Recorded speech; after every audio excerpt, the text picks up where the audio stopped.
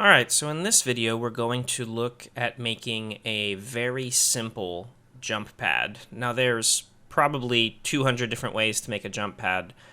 This one is exceedingly simple and works great with the third-person character, but pretty much just does a simple jump, and to do much more complicated things than this, we're going to want to do it a different way.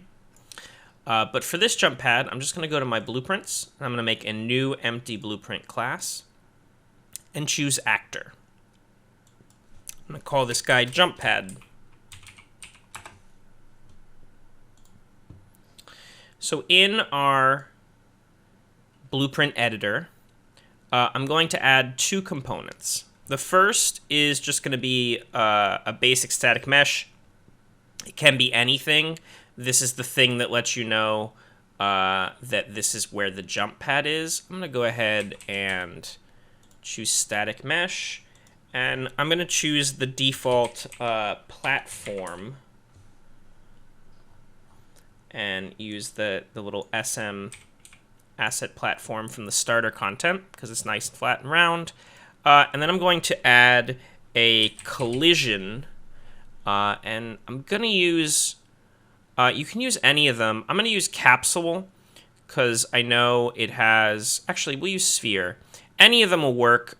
You just want something that's going to sort of be the size of your mesh and will line up with your mesh. So here, I've got a sphere, and I'm trying to line it up with the space we have here. And then I'm going to go to my event graph. And the event I'm looking at, I'm going to right-click, and I have my sphere collision selected. I'm looking for add event, collision, begin overlap. So we've been using this a lot, but basically, whenever you walk into the sphere, something's going to happen. Now in this case, we want it to check for the player.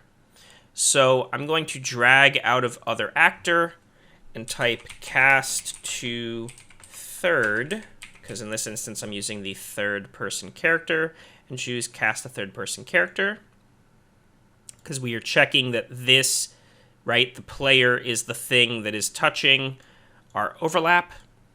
And then what's nice when you cast to is you can get the variables and things that are in this blueprint. So right here, I'm going to drag out of as third person character and type character movement. And my option here is variables under character, get character movement, which gives me the character movement of my player. And from there, character movement, we're going to break up further, and I'm going to find the jump z velocity. That's get jump z velocity. And I'm going to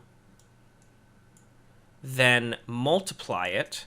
The fastest way to get to multiply is just to use Shift 8 to get a star, which is the multiplication symbol. And we're looking here for multiply. Int by float will work, but float by float is what we want here. This is times.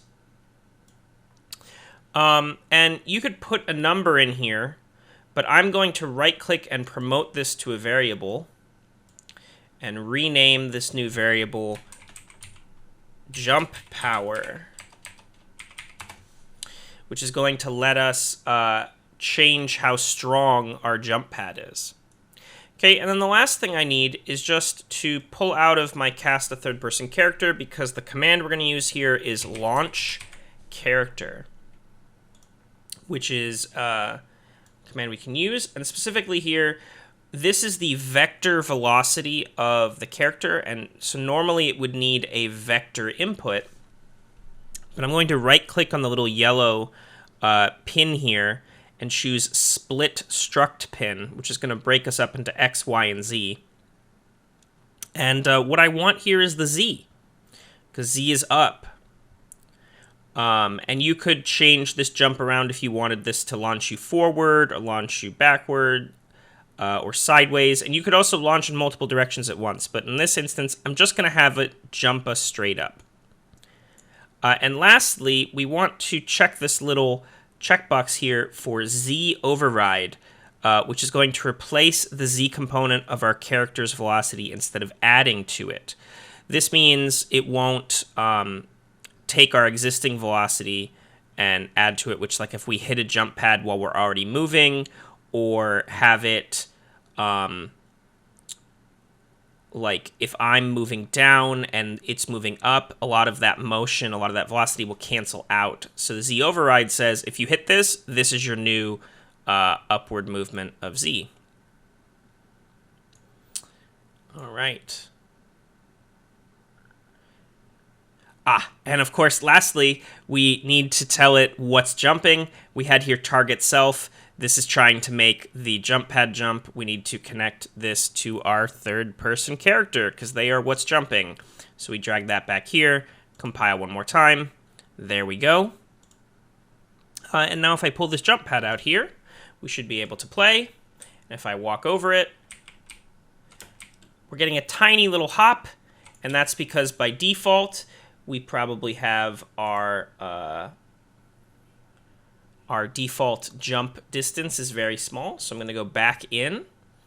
And of course, let's look here at jump power. Our default is 0, so it's not helping us at all. I'm going to set the default to, let's say, 8. Well, remember, it is multiplicative. So let's say I'm going to set it to like 3 is my default and compile. But I'm also going to open the little I here on the jump power component so that I can set it on a per jump pad basis. So I'll set this one as 3, and while we're at it, we'll make another one, and I will set this one as 1.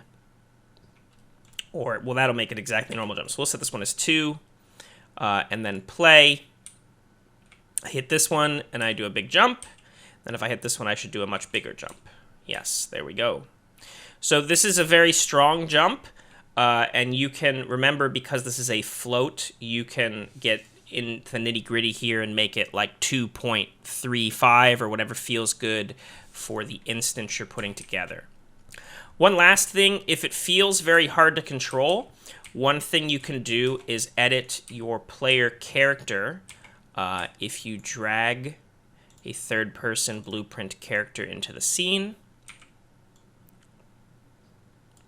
we can select this character and make sure, if we search our details here, to possess as player 0. And then we can scroll down a little bit here and go into our character movement and look for our air control, which right now is 0.2, and increasing this number, I'm going to try 0.5, for example, gives you more control in the air. So as you're jumping, you can control your landing much better. So it gives you much more aimable control on the jumps, and that may help your parkour map. It may help have your jump pads sort of feel better, is giving your player more air control.